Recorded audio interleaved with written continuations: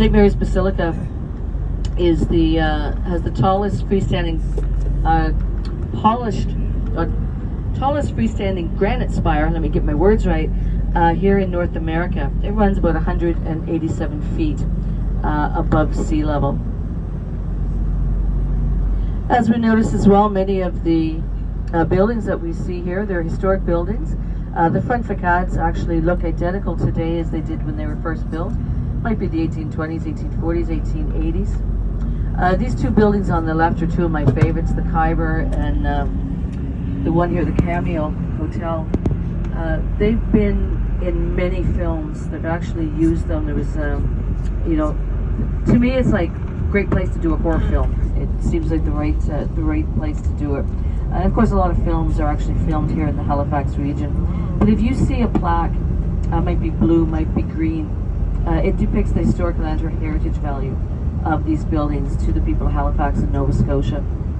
For instance, here on the left where it says Stardust, this is the Ralston building built in 1890. The only thing different on the outside of this building is the turrets from the roof were destroyed during the Halifax explosion in 1917. I will be talking about the explosion and the connection of the Titanic disaster to Halifax on the return back to the city.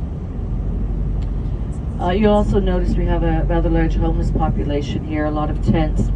At least 1,300 persons are registered on the homeless list. And the Red Cross and the City Council are working diligently to build affordable housing.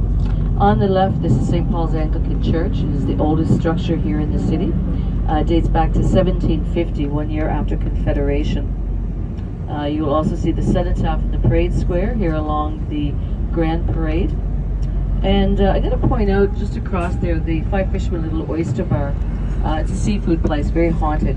It's actually directly connected to the Titanic disaster of 1912.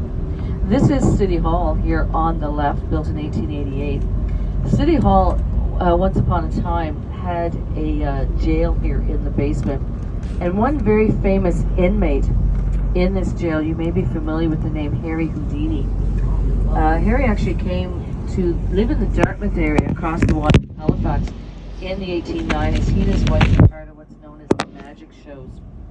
And in order to build publicity for his act, he asked the mayor to lock him up and said, "I'm going to break out of your jail." And the mayor thought this was an interesting request. And so the mayor said, "Fine, we'll lock you up. If you break out, what's it going to cost me?" He said, "It's going to cost you a beer. That's it." So they locked Harry up in the jail, and they took all of his clothes except his underwear. Harry just shrugged his shoulders and said, "I can still break out." And about 2 hours later, there was this gentleman in his underwear walking down the street here, walked into a local bar, sat down, said, "I'd like a beer, call the mayor, he's paying."